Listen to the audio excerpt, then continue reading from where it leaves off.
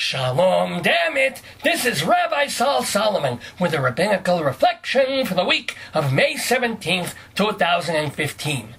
I'm just wild about Harry, but he's not wild about us anymore. Last week was a sad time for television viewers. Not a tragic one, just sad, because the producers of The Simpsons announced that one of their main voices, a crucial shard of their audio mosaic, Harry Shearer, would not return for the last 2 seasons of this legendary program. I know.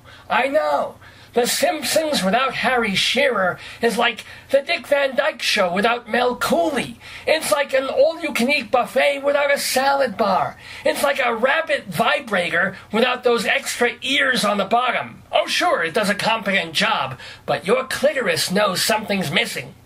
Harry Shearer, a nice but strange Jewish boy, will always hold my allegiance, not just because of Spinal Tap and A Mighty Wind and The Simpsons, but because he was also a devoted fan of the early Chabad Lubavitch telethons. He would hold parties for friends and cheer for John Voight, and presumably do a shot every time the rabbi started dancing. That kind of mockery, blended with admiration, is something I aspire to every day. I also aspire to make $7 million a year, something that will never happen unless I hit lotto and get in Bill Gates' will. Harry Shearer could make $7 million for the next 2 years. All he has to do is continue voicing characters on The Simpsons. Principal Skinner, Ned Flanders, Mr. Burns, Kent Brockman, and the Goyish Reverend Lovejoy. If a studio offered you $14 million to stand in front of a microphone and say funny things once a week, would you turn it down? My God, for $14 million, I would bite off the penis of a live goat 3 times a day and 5 on Shabbos. But Harry Shearer is above all that.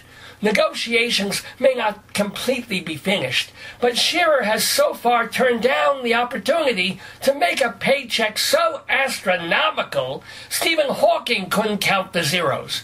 And Shearer turned it down on principle. Well, principle and interest. If you believe his tweets, Shearer is mad because his contract doesn't allow him the leeway to do other projects, which is weird, considering he's done bunches of small movie roles, a stage play on the West End, and a weekly podcast for NPR. On their side, the Simpsons producers still hope for a change of heart. They say Shearer's contract is the same as all the other major players, and there's only so much they can bend before they start looking like Mr. Burns. The weird news is that showrunner Al Jean has stated that instead of retiring characters, as they did when Phil Hartman kicked the bucket, the Simpsons will keep Shearer's menagerie and just recast them with different voices. Really? Ask yourself, has Kermit really been Kermit post-Jim Henson?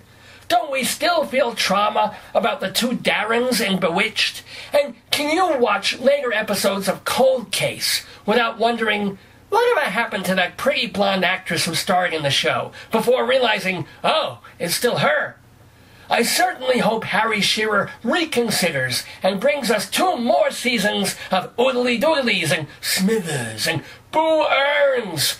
But if he must be sprung from Springfield, leave his people be. It's a big city. You can have no neighbors and school administrators and evil bosses, just as in real life.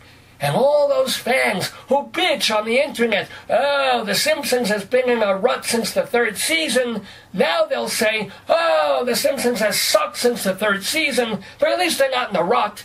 And you know, if they're looking for new faces in Homer's neighborhood, this does coincide with the last season of Aqua Teen Hunger Force. So, there's a meatball, a french fry, and a shake that are busy house hunting. Just keep Lisa away from Carl.